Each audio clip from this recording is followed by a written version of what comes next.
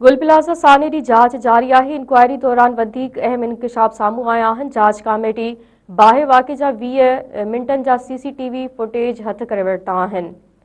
महज़ 9 फ्लोर जे CCTV फुटेजिस के case ऐं जांच जो हिस्सो बणायो वियो आहे। रिपोर्ट मूजिब बाहि 10:15 वॻे लॻी जॾहिं त बाहि लॻण जे अधु कलाक ताईं दुकान खुलियल हुआ। CCTV में 11 लॻी ताईं दुकानदार ऐं ग्राहक वेठल नज़र अचनि था। वाक़े वक़्तु फायर ब्रिगेड ऐं रेस्क्यू टीमनि शेरनि खे कढण लाइ अलार्म वॼायो ऐं पाणी हणणु शुरू कयो। अक्सर माण्हू निकिरी विया जॾहिं त 25 खां 30 माण्हू दुबई कराकरी शॉप में वेही रहिया।